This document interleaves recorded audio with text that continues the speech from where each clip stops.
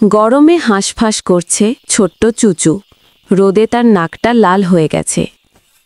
সে ঠান্ডা কিছু খাবার কথা ভাবতেই আইসক্রিমের নাম মনে পড়ল, আর খুশিতে লাফিয়ে উঠল।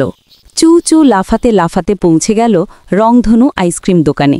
দোকানের রং আর ঝিলমিল আলো দেখে তার চোখ বড় হয়ে গেল। সে ভাবল, এটাই আজকের স্বর্গ। দোকানদার কাকু হাসি দিয়ে বললেন, আজ এসেছে চুচুর স্পেশাল রেনবো আইসক্রিম। চুচু নিজের নামে আইসক্রিম দেখে খুশিতে লাজুক ভাগা হাসল। প্রথম কামড় দিতেই চুচুরে চোখ ঝকঝক করে উঠল। সে আনন্দে ঘুরতে ঘুরতে নাচতে লাগল। ঠান্ডা ঠান্ডা রঙিন স্বাদে তার মন ভরে গেল। আইসক্রিম শেষ হলেও চুচুর খুশির শেষ নেই। খালি কাপ হাতে সে লাফাতে লাফাতে বাড়ি ফিরতে লাগল। মনে রয়ে গেল ঠান্ডা মিষ্টি স্মৃতি।